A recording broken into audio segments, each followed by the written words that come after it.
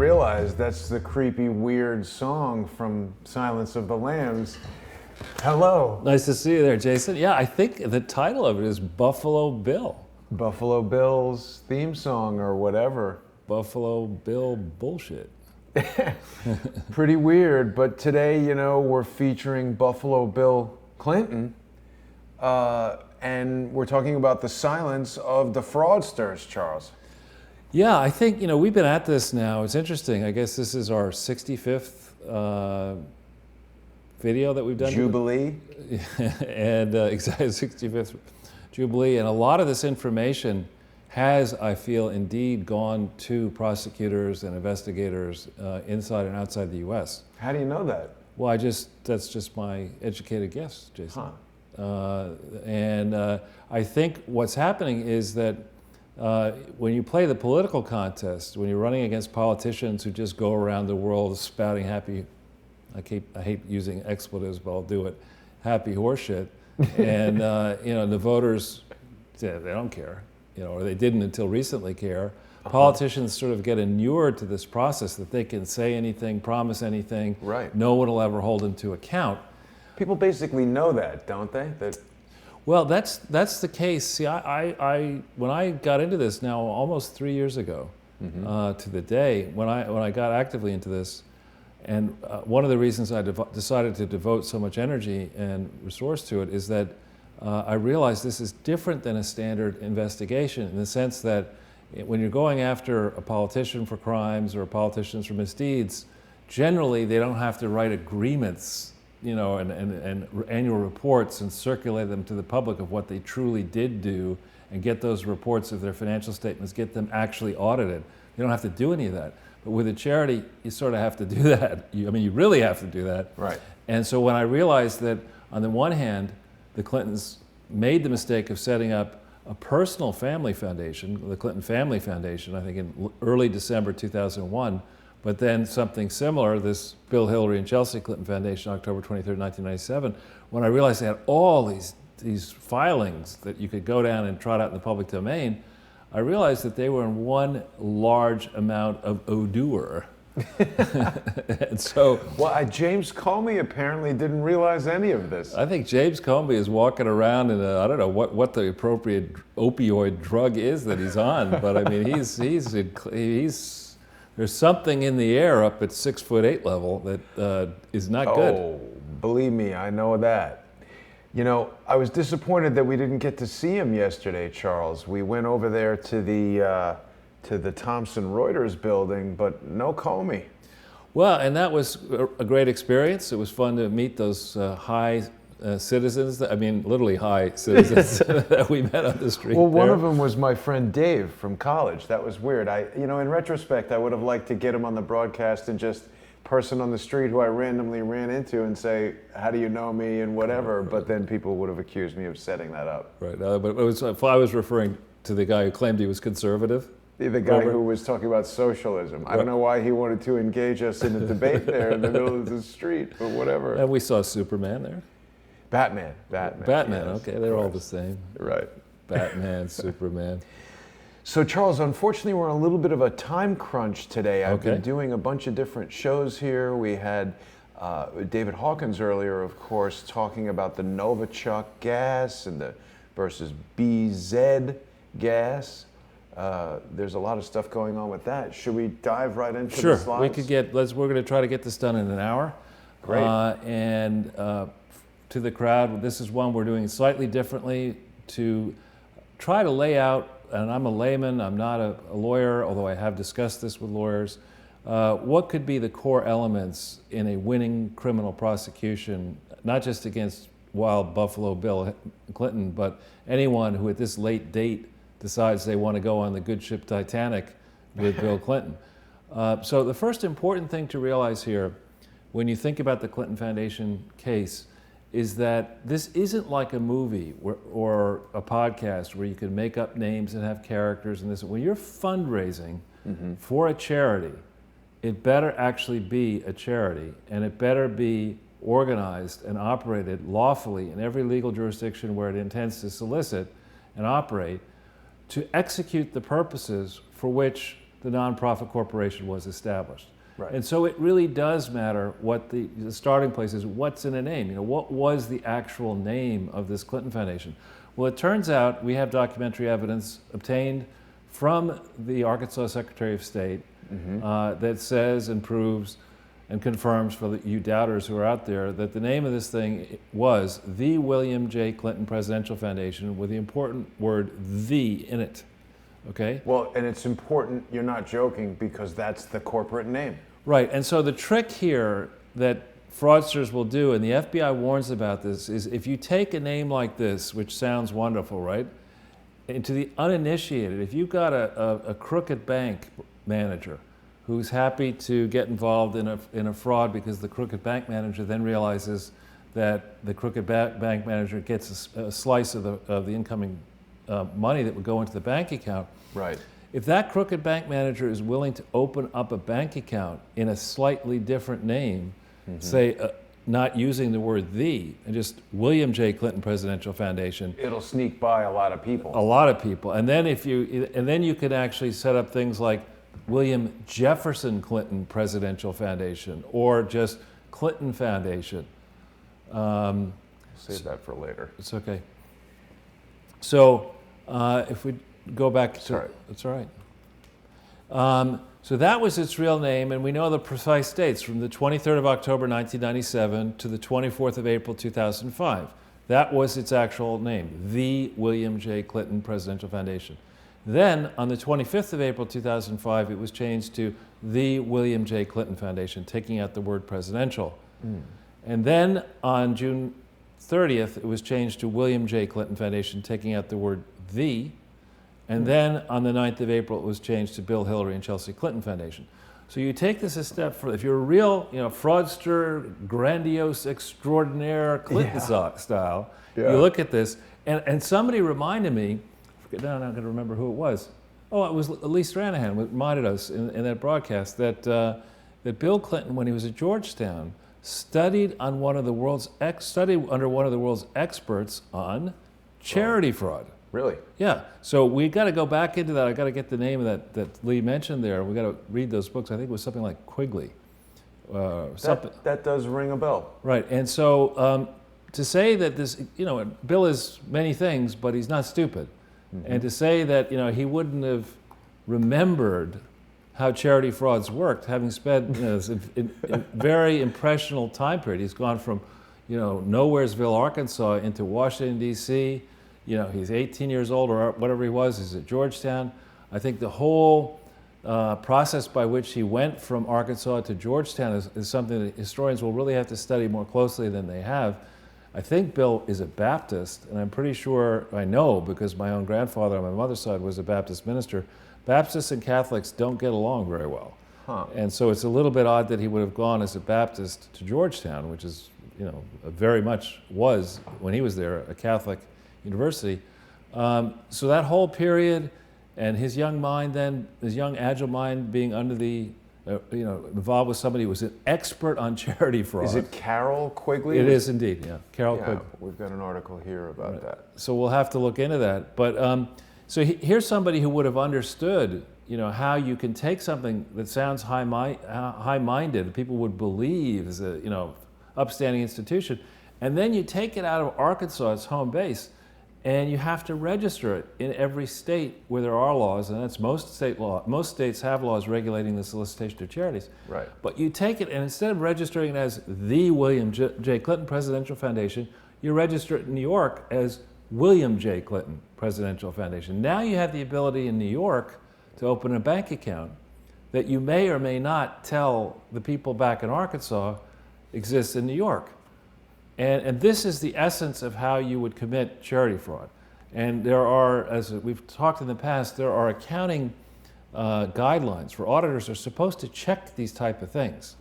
And you would look at this and you'd say, all right, has this man ever been accused of lying under oath and obstructing justice? Yeah, that kind of happens a lot with this guy. Has he ever been involved in fundraising appeals that may or may not have been accounted for properly, like every campaign he ran on, the ones he won and the few that he lost? Has he ever been involved with other fundraising appeals where money has gone missing? Yes, he has. So we have all these, and is he even technically an officer or director of the entity? Well, actually, no, he isn't. So why are his expenses being reimbursed if he has no legal connection to the charity? Because crime pays. Crime Charles. does pay at the Clinton Foundation until now. So what we're going to do now for people is just take you quickly through the introduction and the disclaimer on page 2, remind or tell our new viewers that the way we do things is a little bit different than the fake news media. I mean, we do not just invent things out of whole cloth. We study them closely. Even before I got involved with this business of podcasting with you, Jason, you know, I've been working on this for almost a year and a half, I think, by the time I met you, and maybe it was even 2 years. And so a lot of work had gone into this before I started talking about it publicly. I would hasten to add that, you know, the Clintons are very quick to, and Media Matters is generally very quick to criticize anything that they deem is not exactly right. Right. And, you know, I invite them to tell me where this is wrong, because that will only add to the number of criminal counts that ultimately will go against them, because they'll be misleading, and they'll be misleading the public while they're soliciting, while the reports stand uncorrected in the public domain, and while they likely are under already criminal investigation. So please, by all means, you know, add to your legal liability. So what we do here is we go into the public domain, we find information in the public domain. We have reached out in certain cases now to different government officials asking questions at state level. We have indeed reached out to certain authorities, legislative authorities and foreign government authorities through intermediaries. And this is a regular update on Wednesdays, is explaining to the crowd how we are in fact now closing in on what will, I think, be a big victory for those people who take charities seriously, and that's most people across the political spectrum. Absolutely. There's more information. There are ways to reach me on my site. Jason and I each have Twitter accounts, and Jason's playlist has just been updated to show, I think, quite a few different... Exactly. Before we do that, I do want people to know that they can follow you on Twitter, Charles. You're just at Charles Ortel, and your Twitter following is growing tremendously. Of course, charlesortel.com is a tremendous resource where people can learn all about you. Yesterday, we went and waited for Mr. Comey, so if people want to go to the playlist, they can see that. They can view all the different videos that we've done, and I've updated it. This playlist is actually more important than ever, Charles, because as we've discussed on several previous podcasts, Crowdsource the Truth has been under attack, in part, I believe, because of the work that we've done with you. And I come to that conclusion based on what we've seen in the form of a thumbs down attack. We've seen videos with 14,000 viewers getting 1,100 thumbs down, which is a real stark contrast to the overall body of videos, which are between 5 and 25 or 30,000 views, and usually about 95% positive reactions. So to have those outliers where we have one with 1 in 14 viewers disliking the video doesn't seem so likely. We also had occasion where I interviewed a blockchain witness for the blockchain-driven, cryptocurrency-backed social media network known as Steemit.com, and that blockchain witness told me that he didn't like 57,000 viewers hearing negative information about Steemit.com. Now, that's not to say that Steemit had anything to do with submitting anonymous strikes to the Crowdsource the Truth channel that disabled my ability to upload videos to it, but it is a coincidental time frame in which those things happen. So of course, we've created Crowdsource the Truth 2, where new videos are streaming, but to avoid confusion, people can go to the original Crowdsource the Truth channel, where they will find the Sunday with Charles playlist, and on there we've got all the videos organized into a very convenient format where they're all in one place, so people don't have to go back and forth looking for all these different videos. There's quite a few of them. Great. Well, so we can go back to the slides because I know you're pressed for Yeah. time. If we go to the next one, all right. We've had enough time. I mean, I read the Horowitz report immediately when it came out. I went gone back over it.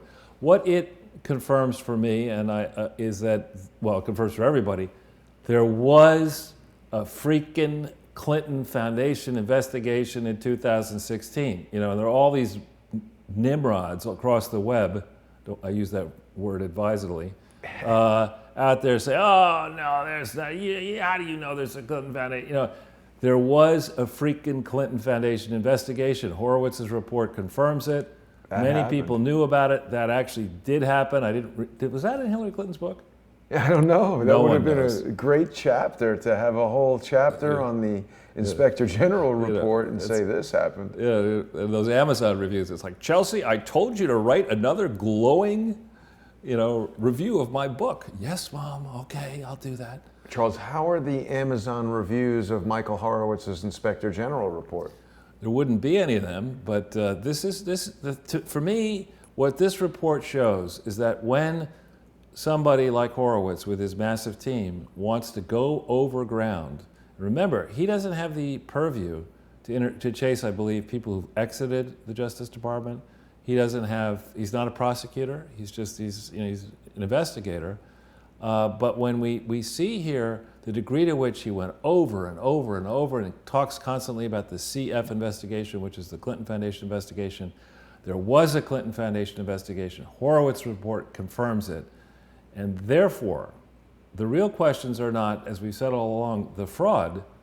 That's inarguable. This is an ongoing fraud. The real questions are, what does the timeline look? Starting with the decision to let this idiot, dopey James Comey, get involved with a Whitewater investigation to cover that off, cover the we just looked through the book quickly. You see, CF investigation. That doesn't stand for cow fertilizer investigation. It stands for Clinton Foundation investigation. And in the case of Comey, we know that there was an investigation that he was involved with of the Clinton Foundation. It started in February of 2001, but we know that he got involved with it by January of 2002. This revelation in the OIG report is fantastic. If we go back into the slides, I just lifted from a previous presentation we took it. Thank you, Cheryl Atkinson, for your great work. This is really important. She wrote that, and I think the time frame here is August of 2016. The capitalized one, multiple FBI field offices are involved in the Clinton Foundation probe, including New York, Washington, D.C., Los Angeles, and Little Rock. Okay? This passage, there was a good index in her book, but there's nothing, you can't search on Clinton Foundation and get to this. Why is that? I don't know, maybe people... In Cheryl's book? In Cheryl's book, it's just very odd. But anyway, there it is, it's lifted from there. And the shocking thing here, here's her book. It's a great book. I read it carefully. I look forward to her next book, and I look forward to actually interviewing her at some point. She's fantastic. Yeah. But this points out here that the New York Times leadership, the current leadership of the New York Times, knew about these investigations. And look at the double standard. Across the front page of the New York Times, how many times leading up to the election, did the New York Times have stories about Trump University, et cetera? Yeah, nothing about the Clinton grifters. Stormy Daniels? Well, that's recently, but I'm saying back then, nothing about the Clinton grifter initiative, a global initiative, nothing about the fact that thing never existed legally, lawfully, nothing about the fact that the Clinton grifter initiative university is still in existence, and in theory, in notional existence, but that's never been registered in the state of New York. And so when I look at this tells me, all right, we've got Horowitz has been looking at this mess now for almost, I don't know how long, a year and a half. He's got lots of people behind him. There's supposedly 1.2 million pages of documents or whatever that he's got. Many may not. 500 lawyers. 500 lawyers in his whole operation. I don't know how many are devoted to this. This tells me, okay, if you're serious, if the government is serious, if we actually, that $6 trillion that we spend on government at all levels, if the guys are actually and the ladies are not busy watching porn. Texting their girlfriends. Texting their girlfriend. And I heard an interesting thing from a source today that after Paige separated, shall we say, charitably from her husband, Yeah. guess where she lived? At Peter Strzok's house? No. I don't It's know. even weirder. McCabe's house. This is what somebody just told me. I'm not going to say who, but I don't know if it's true.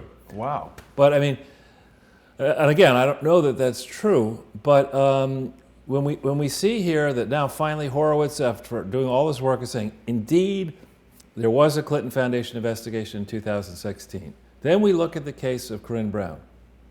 You know, much smaller charity fraud, $800,000. She's doing federal time. Yeah. 5 years. Then we look at Steve, we talked about Steve Stockman, a Republican congressman, Corinne Brown being a Democrat. He just was convicted of 23 felony counts for 1.2, 1.3 million in charity fraud. Okay, we're going to show you now the scale of this fraud, all right? And we're going to move element by element into, again, I'm not a lawyer, but you can go to the next page. All right, yeah, we're going to go now and spend a little bit of time on these numbers. Now, rest easy, those of you who don't like numbers, because I'm making it simple for you. If you see a red thing on this, that isn't good. One red thing is really bad. Yeah. Do you see many non-red numbers up there? Forget the titles. No, it's all red. It's pretty much all red, right? And I also don't like that lawyer, Gloria Allred. But what this is, I'm going to take you through patiently. These are the names that were used. William J. Clinton Presidential Foundation. Oh, yeah. All right, instead of the William J. Clinton president. Yeah. So all of these periods in here, through 2004, they used the incorrect name on their tax return. Oh. Okay, and in multiple filings in virtually every state where they attempted to register, they used a post office box 1104, which they likely got illegally, in a zip code 72203, but attached to the wrong name. There was no such entity, and we're going to show you in a second the specific laws that apply to the use of a fictitious name and the mails, and what kind of jail time you get if there's this, serious prosecutors looking at a long-standing pattern and practice of using the mails deceptively to obtain things of value like speaking fees and being the Chancellor of Laureate and reimbursement for travel expenses and presidential level that you shouldn't have gotten at the chair, that kind of stuff. You go away, each count of that, if it's connection with disaster relief, charity fraud, a single count's 30 years in jail. Wow. Okay? Just for using a fake name. Well, no, for this one thing I'll show you. Fraud, Okay. the chapter of the code, I believe, is one of my favorite titles, Frauds and Swindles. That could actually be like for our Celebrity Jeopardy. Yeah. Frauds and swindles for 100. You're right. It's going to be frauds and swindles for a lot more than 100. So let's go row-wise. In 97, it's red because they didn't file a tax return for that year. Okay, so there's the address. We know the address they used from their application for federal tax exemption, which is chock-a-block full of lies and omits material facts. They declared no revenues in 1997. I think they did have revenues in 97. I think they milked the second presidential inaugural committee, which was a slush fund under the control of Terry McAuliffe. Well, a lot of Chinese money going into that as well. Well, there's not a lot actually any in that. It's all supposed to be American, but in theory. But that was Chinagate, wasn't it? Funding his second presidential. Yeah, that's funny in the campaign. This is the inaugural. There's a special for each, the first inaugural and the second inaugural, there's a special provision of the law that allows you to raise money for that, but then there's a special set of conditions on that money that a report then had to be filed within 90 days after the inauguration. In 93, that report is missing. I've asked for it. They won't give it to me. And the person in charge, I think, of overviewing that report in that year was Lois Lerner. Well, I could imagine that some of the laws surrounding the financing would indicate that you're not allowed to then sell ballistic missile technology to the Chinese after that. Probably shouldn't do that. Yeah. So there's no declaration of any government grants. Therefore, we don't know the percentage that government grants are to the total. There's no spending on telephone declared, none on postage, and none on fundraising. And there's, of course, no audit. Okay, so you start off in 1997. I'm going to run my presidential foundation. And the way I'd like to do it is by eating one hand grenade with a pin out per day. Because, that's what you've done by failing to organize the thing lawfully, failing to operate it lawfully. This back in 97 when the black magic is operating against you with the Lewinsky scandal and all that kind of stuff. You got bills you can't pay to Williams and Connolly. They're getting antsy. That's the law firm. They're getting antsy. How are we going to pay for all this, Bill? You know, what better vehicle than a leaky slush fund foundation? So not enough energy has yet gone into the question of from October 23, 1997 to December 31, 1997, what happened? We don't know yet. 98 and 2000 and 2002 and 2004 and 2006 and 2008 are in red. Why do you think? Bad. Also because those are election years. So if you're sitting there and you got the internet bubbling up and you have a new way of raising money that nobody's really going to understand all that well and new arguments of how you may have raised money, what better way to marry up your partisan political activities, your need to finance a very expensive, ultimately, campaign in 2000 for Hillary Clinton as senator in a place where the media buy is expensive, where advertising rates are very high, when salaries for political consultants are high.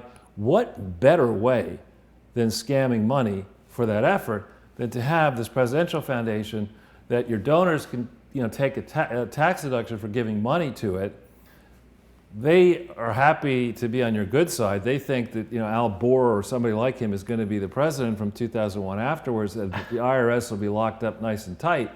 Literally. So they're very happy to put money in this presidential foundation, and it's chump change. $3,050,000. Now, this year is a joke. Now, don't be James Comey. You should be ashamed of yourself. In this entire year of 1998, what happened? In 1998. Monica Lewinsky matter exploded in late January 1998. He was also bombing caves in Afghanistan. That was more like in August. Oh. I'm saying in the very beginning, Hillary Clinton's reaction to all this, it's in multiple books, was not, I'm going to turf Bill out of the house. No. We're going to use these accusations as a way to get sympathy and more votes and use it as an electoral legislative advantage in the 1998 midterm elections, which is what they did. So they needed to raise money. And they put their trusted advisor, David Pryor, who's getting on in years now, they made him chairman of the Presidential Legal Expense Trust and a director, one of 3 directors of the Clinton Foundation. And he's out there furiously raising money. At the same time, this thing manages to claim that in all of 1998, in all 365 days of the year, they managed to raise 3 contributions. That's it. Just 3. No small contributions. Nothing came in, 20, 25 bucks, 100. Nope, only 3 large contributions. And the biggest one was for $2.3 million. And I think that's the one from the Presidential Legal Expense Trust. We've been over this in the past. That Presidential Legal Expense Trust, not from the Presidential Legal Expense, the Inauguration Committee party, that thing had to have its accounts fully dealt with as of April 1997. There should have been nothing left in it. Okay. So how was there no report on it? Should have been April 30th, April 30th, 97.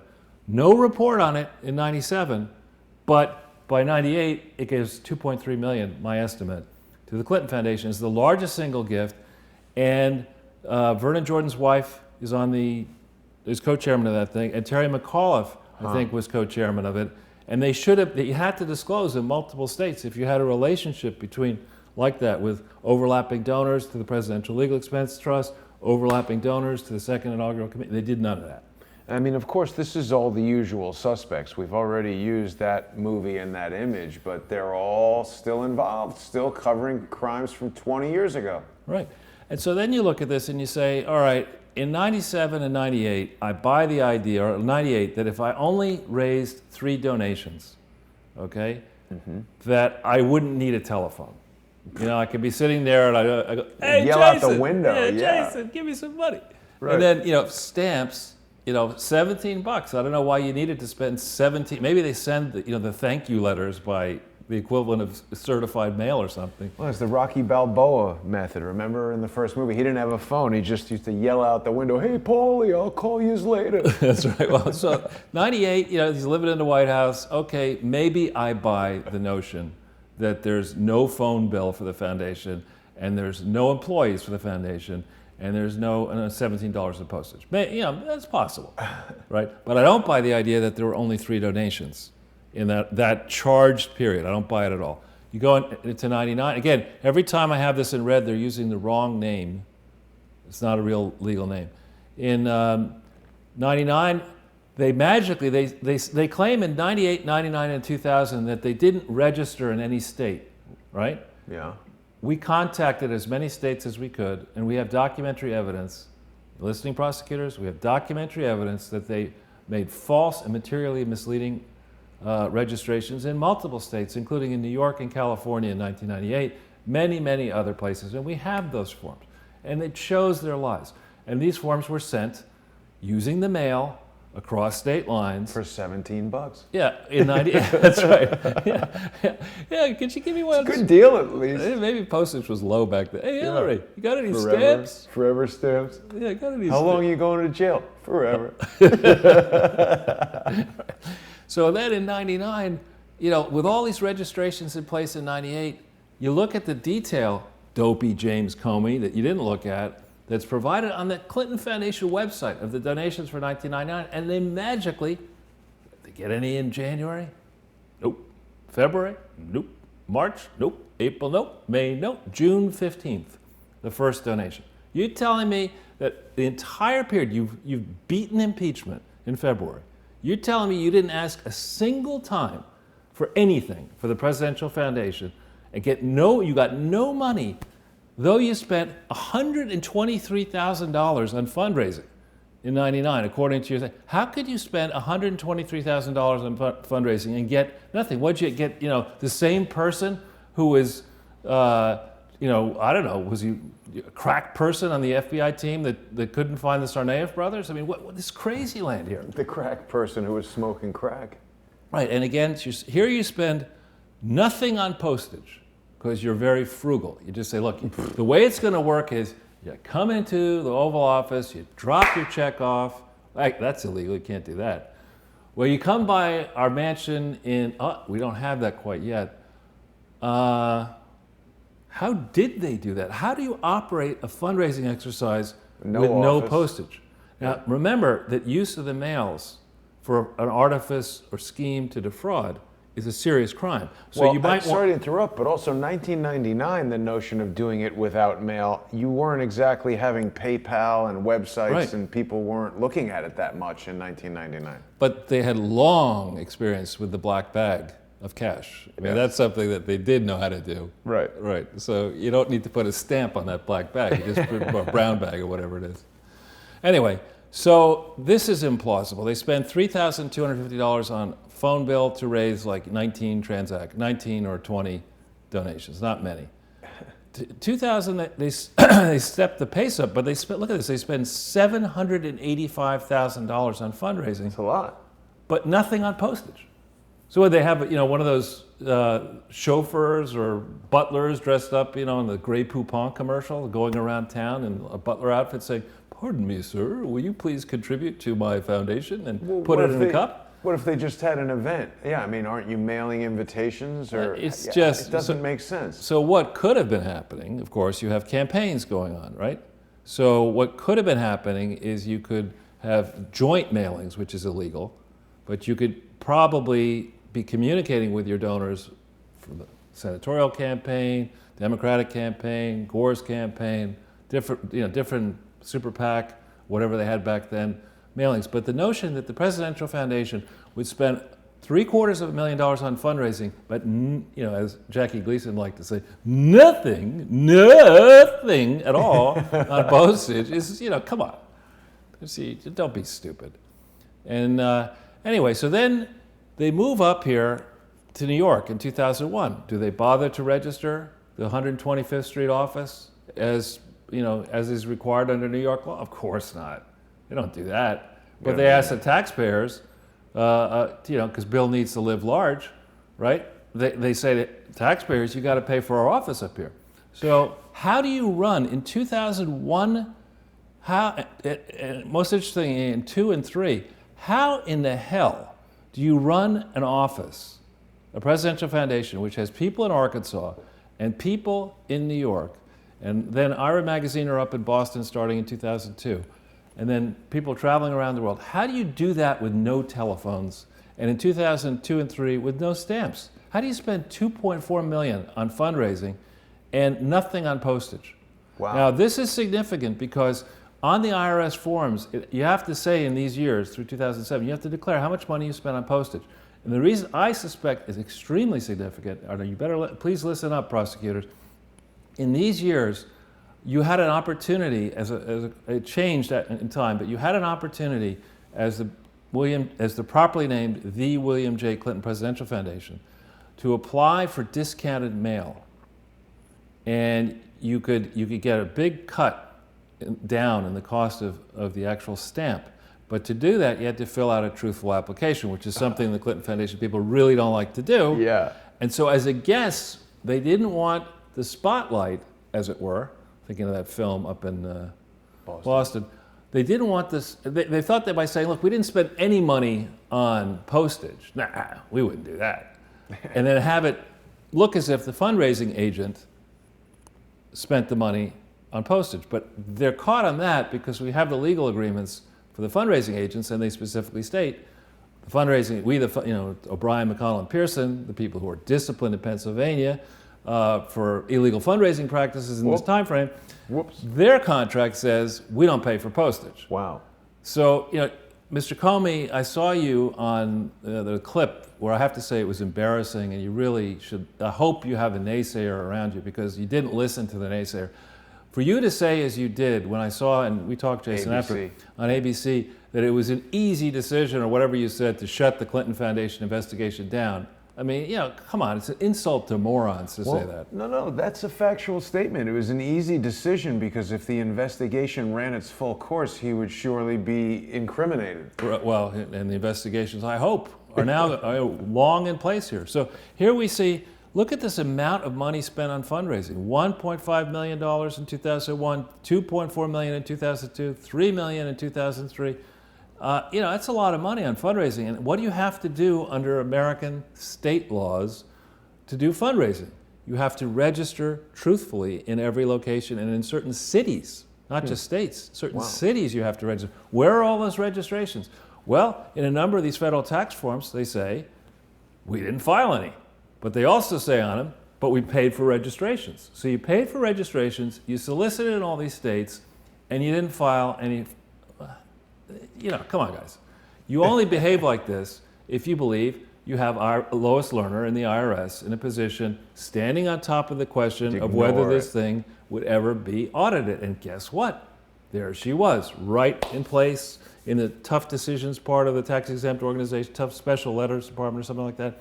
And then by 2005, I think in January or so, she's on top of the whole ball of wax. So you know that as the Clintons, you believe you're not going to get tagged.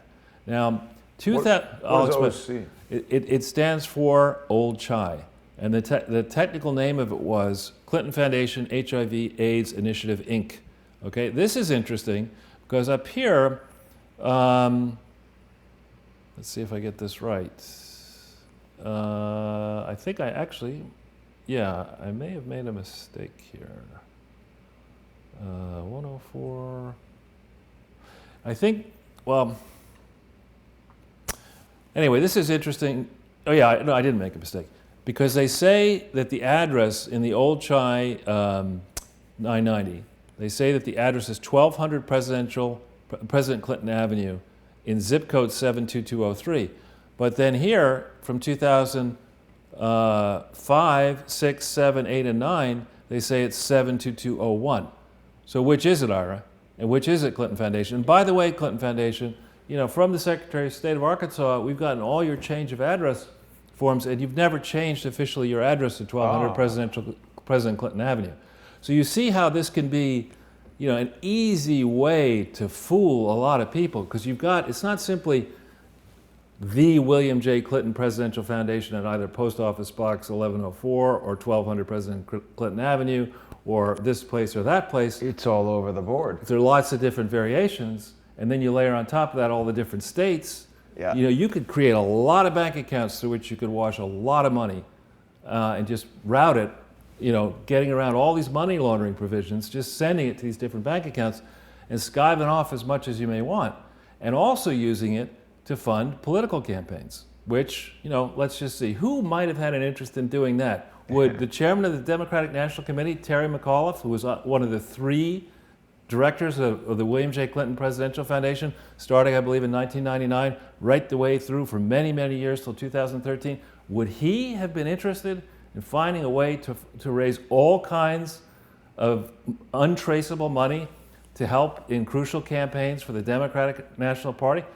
I don't think so. I mean, he doesn't play like that. I mean, he's scrupulous. Well, I wonder if he then also might be motivated to use some of that money to pay to maybe Andrew McCabe in violation of the Hatch Act so he could give it to his wife for the state Senate campaign and then campaign for her. That would never occur to him. How could James Comey ignore that? Well, you know, I don't know. Maybe it was easy to ignore. He'd get in trouble if he did anything about it. It's a pretty nice looking house. But this OC is in red because the Clinton Foundation HIV/AIDS Initiative, Inc. has never provided to the public its application for federal tax exemption, nor has any part of the Clinton Foundation ever provided to the public proof that it validly obtained state tax exemption in key states like New York and California and others, though it held out in all these states the possibility that donors could take not only a federal tax deduction, but a state tax deduction. So the old chai is a complete fiction. It's a fraud.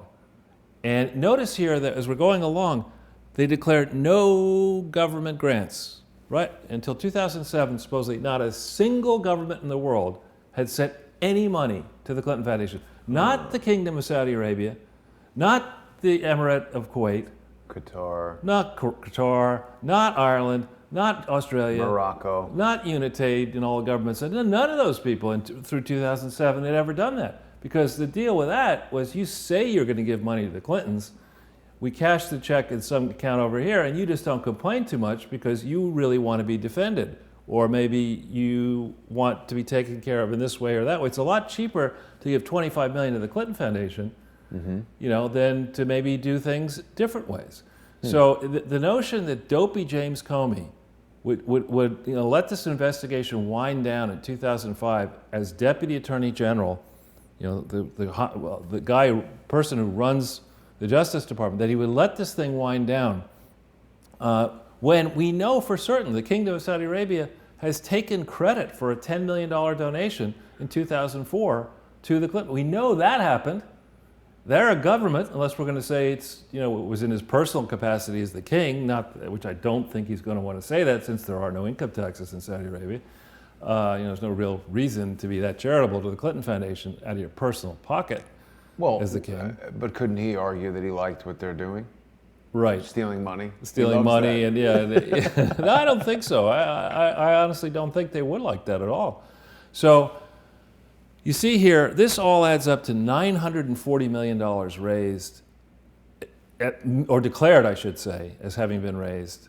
And look at these 2 years, 2008 and 2009. These are significant years because these are years, the reporting relates to 2008 and 2009, but the work putting these papers in occurred under Barack Obama's watch in 2009 and 2010, right? And here we see, once Barack Obama gets in, suddenly over half of all the contributions are from governments, but prior to that, no government gave any money. Why is that, you think? Well, this is just rubbish back here. Of course governments gave it, and they don't, the Clinton Foundation doesn't want you to know how much the governments gave, and these crooked government leaders, like perhaps Tony Blair, and others also don't want you to know that money was sent toward the Clinton Foundation, but it just magically disappeared. But so why does it start showing up in 2008? Pressures build. I think in part, we've been over with Fabien. We know that by 2009, remember these forms are filled out in 2009. We know that by December 2009, the French government is insisting and opens an investigation of Unitaid, the largest donor to the Clinton Foundation.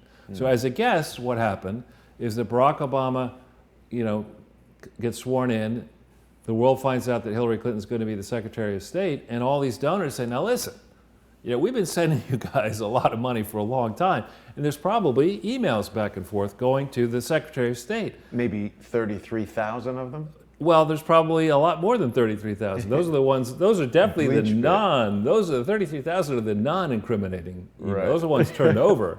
We're talking about the ones that smashed and which probably James Comey has, or the NSA has, or Boeing and GE, according to Jan Weinberg. Right. So you look at this and you say, all right, 940 million over here. And this is just through 2009, but importantly, each of these forms builds on the preceding one. So if 1997 is false, 1998 by this all, you can't just look at the most recent year and say that's where you got to go all the way back. Right. Accountants never did their job. Now this far right column, what does it say at the top, Jason? Audit. Whoop. And it's a lot of no's there. Do you Charles. see? Now I challenge any wise person, not wise guy, any wise person out there who wants to try to tell me that I'm wrong, that there's an audit. Produce the audits. Send them right into Crowdsource the Truth. And we will send you back directions to the appropriate accounting school, because there is no audit. Audit is not like this presentation. I like the use of the red, and maybe you don't like it. And no, audit the rules. You got to follow the rules. You got to be licensed in a state to be an auditor. You got to take exams. You got to stay up to date.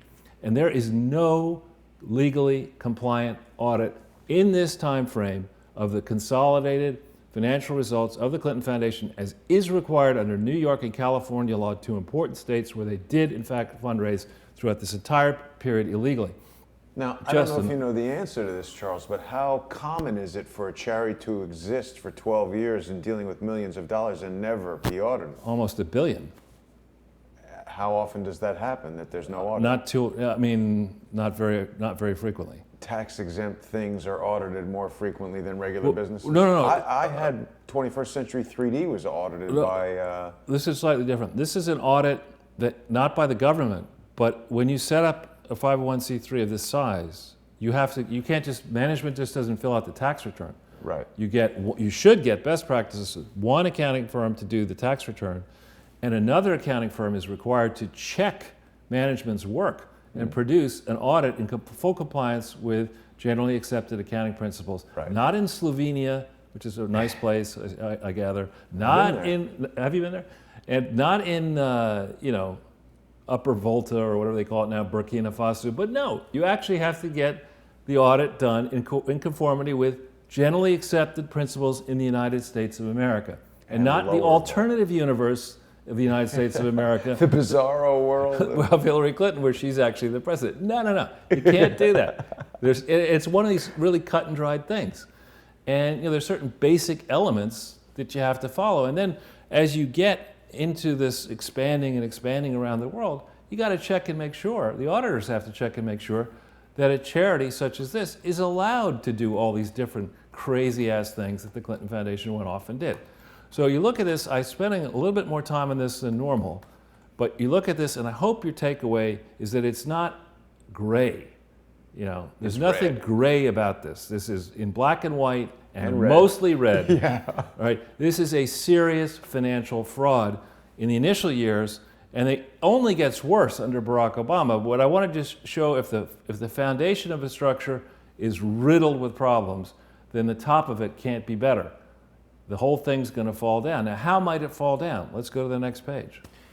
So, Charles, do you think that this is a fraud that would make Quigley blush? I think it's it's the largest unprosecuted fraud ever attempted anywhere in this modern era. Now, maybe back in the ancient civilization, some are saying that existed 48 million years ago in Antarctica. Maybe they were big cavemen, stole all the mammoth wool and whatever it was like back then. But in the modern period, this is an epic fraud. So let's just focus on some of these key words. 18 USC 1341. I'm not a lawyer.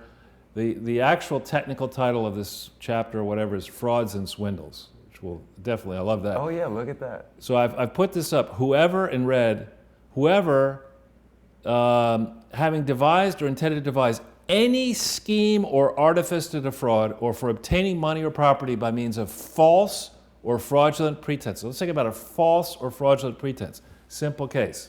Hey, Jason, give me $1 million to fight HIV/AIDS internationally. You say, okay, Charles, that's fine by me. That's a fraud. I don't have the right to fight HIV/AIDS internationally. I have not taken the requisite care to amend my articles of incorporation, to expand my purposes, to go to the IRS, say, look, before I do that, can I do this? Get the okay, then I go back to you, having made sure that my registration in New York is actually also amended. I go to you and I say, I have nothing to do with this foundation. My name's on it. I'm not an officer. I'm not a director. Would you please give me $1 million to fight HIV/AIDS? And then you say, no, you schmuck. Of course I wouldn't do that. But anyway, this is the centerpiece of the fraud and swindle. They did not have the lawful right to approach any donor for a purpose other than being a presidential or repository of presidential records in Little Rock. Little Rock. That was it. Little Rock. Slip of the Huge tongue. Or a research center based in Little Rock, or endowment out there. That's all. I didn't have a right to have a fancy office in New York. I didn't have a right to have a dump of an office in Boston, or to fly in charter jets around the world, or to stay in president, or to have high living, or to entertain presidents of countries, who knows, with black bags of cash. I didn't have any of that right, but they went ahead and did that. So whoever does any of that, now look at the next thing, places in any post office or authorized depository for mail matter, any matter or thing, whatever, to be sent or delivered by the Postal Service. Looks like they did some of that, a lot of that. Yeah. It looks like there are records of all that, okay? And then it says, if the violation occurs in relation to or involving any benefit authorized, transported, transmitted, transferred, dispersed, or paid in connection with a presidentially declared major disaster or emergency, such as Earthquake. Hurricane Katrina. Oh. We have that most recent piece out. Oh, yes. It's gotten a lot of attention. Thank you to Alan West for picking it up. Thank you to the Tea Party for picking it up. The intent of it is to focus on gross misdeeds of the Clinton piece of it. Right. The George H.W. piece, there is, I think, some culpability for that in deference. And I know we're not going to get into it, but we're not going to pound George H.W. Bush today. We're going to wait till Monday. Yeah. But Sunday. Sunday, rather. Yeah, Sunday. I'm showing everyone the mini golf course and strip club in Arkansas right now, just for reference. So the penalty, if it affects a financial institution, shall be fined not more than $1 million per count, or imprisoned not more than 30 years per count, or both. It's a lot. So it seems to me like waving this over your head. Here we have Bob Mueller waving $120,000 potential violation of maybe an equity. Stormy Daniels? Well, the equity line of credit, maybe a false application for a home equity line of credit, $120,000. $940 million, a long-standing pattern and practice of using the postal system for a scheme or artifice to defraud again and again and again. Okay, and the record is out there. You don't need to get dopey James Comey and his acolytes to try to find it. It's on the Clinton Foundation website. They can't take it off their website because you can go back on the Wayback Machine. Everything they've put on, we have already.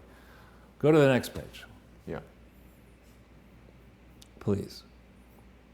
Okay, here we see 18 U.S.C. 1342, fictitious name or address.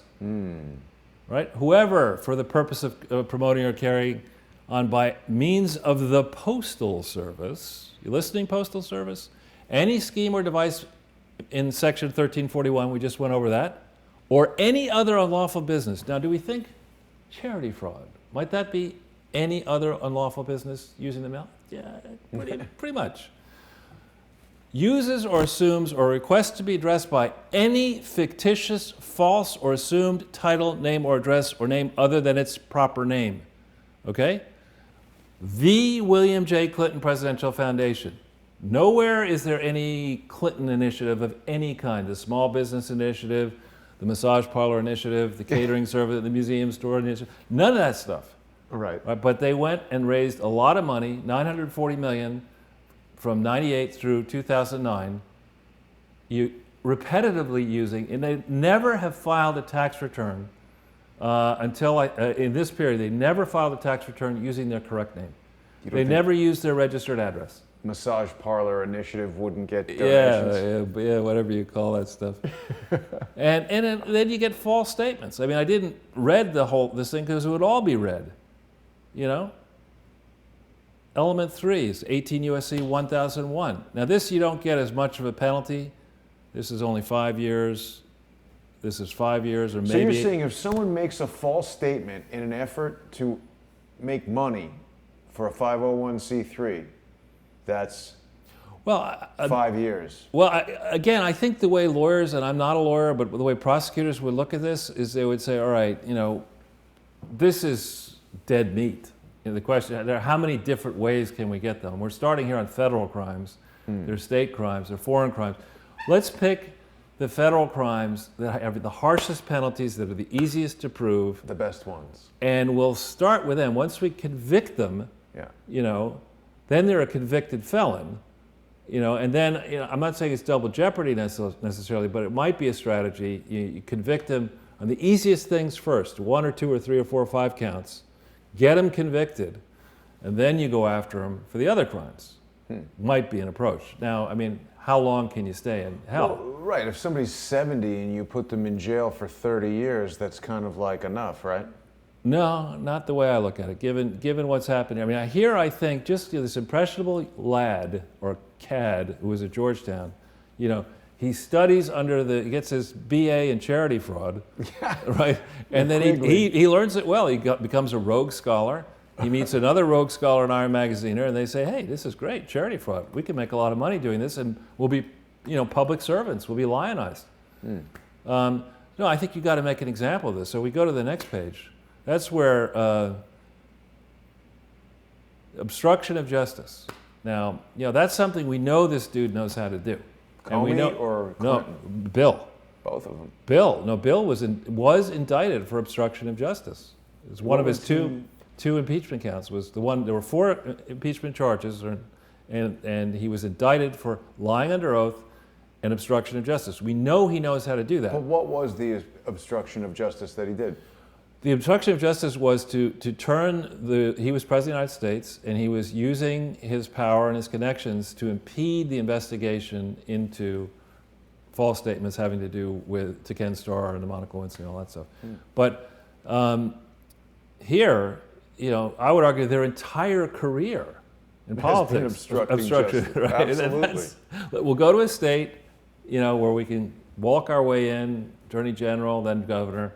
We'll do the Maina thing. Control the coroner. Everything. Have a good time in Little Rock. And then, you know, then we'll do a deal with HW, and we'll walk in to be President of the United States, and we'll, you know, take it to global stage. And we should not just skip over the fact that the real inflection point where the Clintons may have gained favor with the Bushes was the Mena, Arkansas importation of cocaine into that airport during Iran-Contra.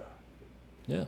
So for those who are lawyers, you probably already know this I hope you know this better than I do. We've provided certain links, we don't need to go up to them, where you can actually read for each of these different U.S. code sections. But as I was doing this, Ron DeSantis filed a criminal referral. This is worth pulling up, this if you can get to it. On Zero Hedge here? Yeah. Right. And there was also some reporting on that in True Pundit that... sorry, I don't know if that was, that was the same thing. But, you know, this is interesting. This went up at 150. It has 2,800 shares. So I guess people are thinking hashtag lock them up. Yeah, and it's high time. You know, this crew got together and they really thought, you know what we're going to do? It's so much easier to cheat. You know, these elections, you know, let them do this, let them do that crap. You know, Hillary's going to be the president, you know, and So we have all this dirt on the Clintons. We can control the Clintons if she gets elected. We want her to be elected.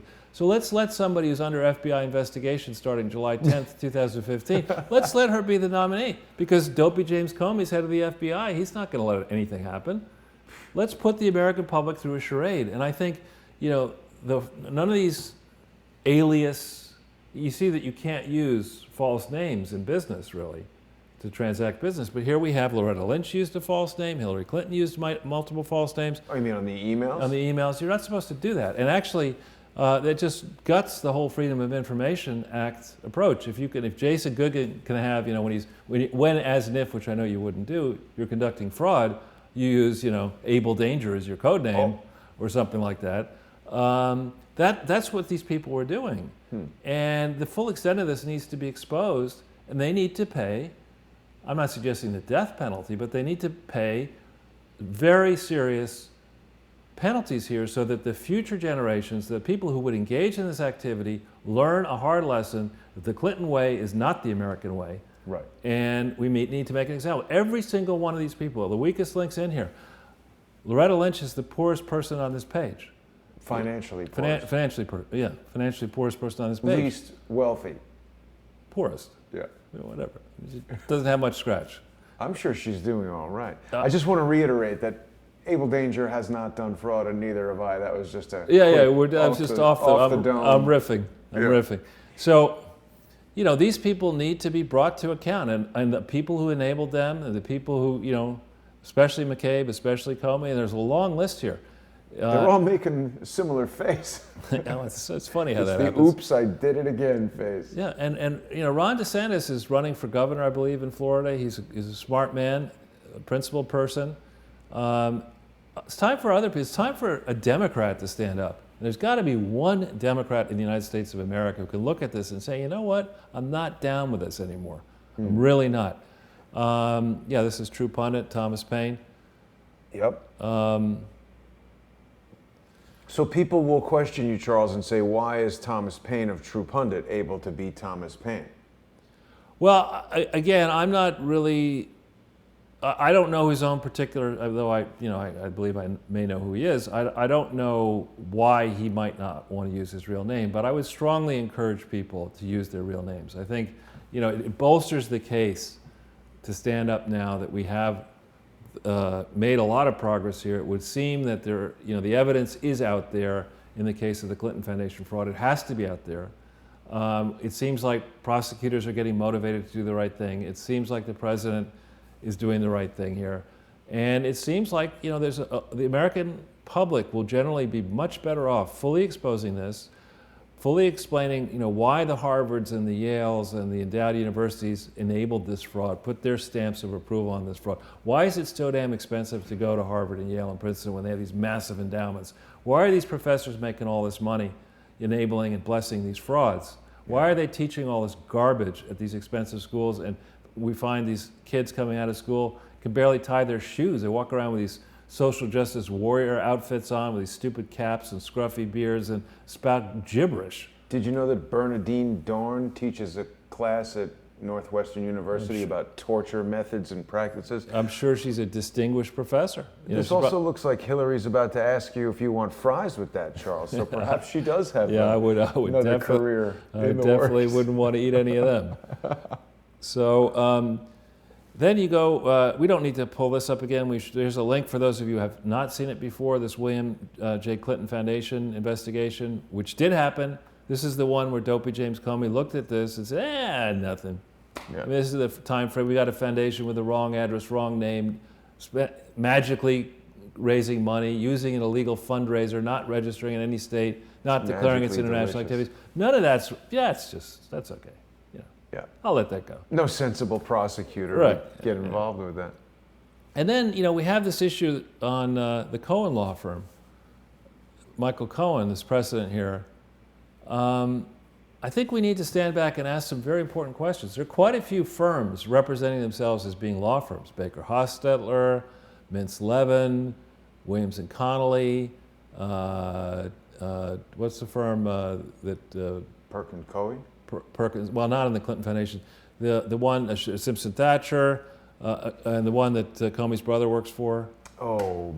Purple Lovell or something. Well, that's Hogan Lovell, but no, that was anyway. There's another one. If it is fair to go after Michael Cohen and saying, "Hey, on this deal, you weren't a lawyer, you don't have any attorney-client privilege," in the Michael Cohen case, why isn't it fair then to go after Williams and Connolly and say, "Actually, you weren't a law firm. You were arranging book deals for Bill and for Hillary. You were arranging speaking engagements, maybe. You got this foundation up and running. You were doing all this to get your legal bills paid because the Clintons had run up, by their own admission, more than $10 million of debt they couldn't pay. And Bill was only making $200,000 a year, and Hillary was set to go in and be a senator." So, if you're going to go after Michael Cohen, Kimba Wood, the way you do, and demand that they tell us all of their clients, why shouldn't the same approach be taken against Williams and Connolly and maybe Simpson Thatcher, that issued a ridiculous report on the Clinton Foundation that has covered up, I would argue, this fraud and enabled this fraud? Why isn't that standard applicable in this case as well? I think the correct answer is it shouldn't have been used in either case. You go down this thing of saying, well, you're not really a lawyer. Right, yeah. But now they're saying that the judge was a Playboy bunny and that she had an extramarital affair. I don't know that those things are really relevant to her ability to be a judge, but this whole not believing in attorney-client privilege, that's not good. I think as long as being in Playboy is legal and having an extramarital affair is her own personal business, I mean, I don't know that that's really... Well, no, the big issue was that Bill Clinton, if you remember back to '93, what happened is the first candidate to be Attorney General was put forward and then had to be withdrawn. She was the second one that Bill Clinton... This woman was a candidate for Attorney General? Nominee. Wow. Bill Clinton nominated this person to be his first Attorney General, and she withdrew from the process because she had not revealed that she hadn't paid taxes on her nannies or something like that. That's relevant. Yeah, that's highly relevant. But being in Playboy, I mean, that'll get you nominated by Bill Clinton, but it shouldn't stop you from being a judge. Yeah. What does Gorka say here? Yeah, she is a Clinton confidant who was chosen by Hillary to be AG. Yeah. Well, that's bad too. I mean, that shows cronyism and everything. Right, and the Playboy stuff just sort of like, why do we need that? That doesn't. Yeah, and on this one, I mean, here what we're talking about here. This, I would say, people talk about this. It's Clinton. It's this. No, this is Obamagate. Okay, this is. We don't just need, as DeSantis wants to look at the 15-16 election cycle. That's not what we need to do. We need to go way back, maybe as far back as 1988.